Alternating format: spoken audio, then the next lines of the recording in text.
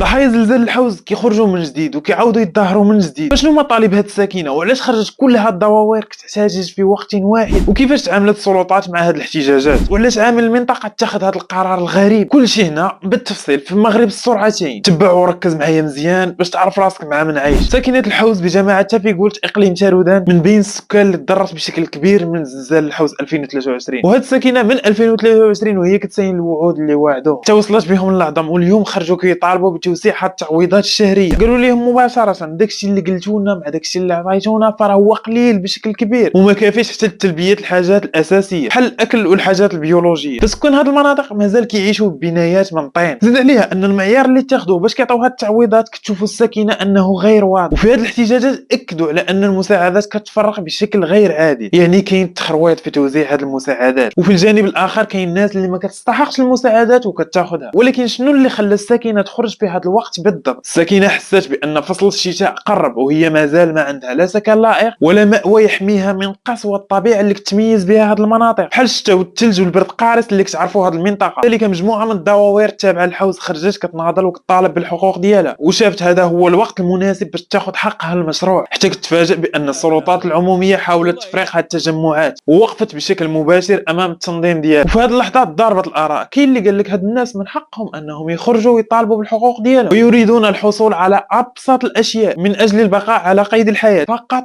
على قيد الحياه. ركز معايا مزيان على هذه الجمله، ما بغاوش العيش الكريم، فقط البقاء على قيد الحياه. لان الظروف القاسيه في هذه المناطق وبزاف د المناطق المغربيه ما كتسمحش للوليدات الصغار انهم يقدروا يتحملوا قسوه الطبيعه، وخصوصا ان اغلب هذه المناطق كتعيش عزله في فصل الشتاء، يعني كتنقاطع الطرق ما كيبقاش التواصل بينها وبين المدينه. هذا هو الوقت المناسب باش تخرج الساكنه وتطالب بالحقوق ديالها، لاننا مقبلون على فصل الشتاء. ولكن حتى كتفاجئ بان السلطات عنفتهم وحاولت تفريقهم وتشتيتهم. ومن جهه اخرى عامل المنطقه حسين امزال حبط على هذه الساكنه وتواصل معهم واستجاب للنداء ديالهم وقال لهم انا شخصيا كنحس بالمعاناه اللي كتحسوا بها، ولكن طلب منهم بشكل غريب انهم ما يسجلوش الكلام ديالو سواء من الصحفيين او من المحتجين. وهنا تطرح سؤال جديد، فعلاش عامل المنطقه اختار انه ما يتسجلش الكلام ديالو؟ واش ضروري اي شخص بغى الحق ديالو يخرج في تظاهرات؟ بغيت رايك في التعليق وكيفاش كتشوف هذه القضيه. وهنا كتطرح السؤال، واش هذا الصوت غادي يوصل للمسؤولين ويحسوا بخطوره هذا الامر ويتجاوبوا معاه، ولا مجرد صرخه وسط الجبال كيف الصرخات اللي ما وصلاتش؟ بغيت رايك في التعليق حول هذه القضيه. انا درت اللي عليا وانت دير اللي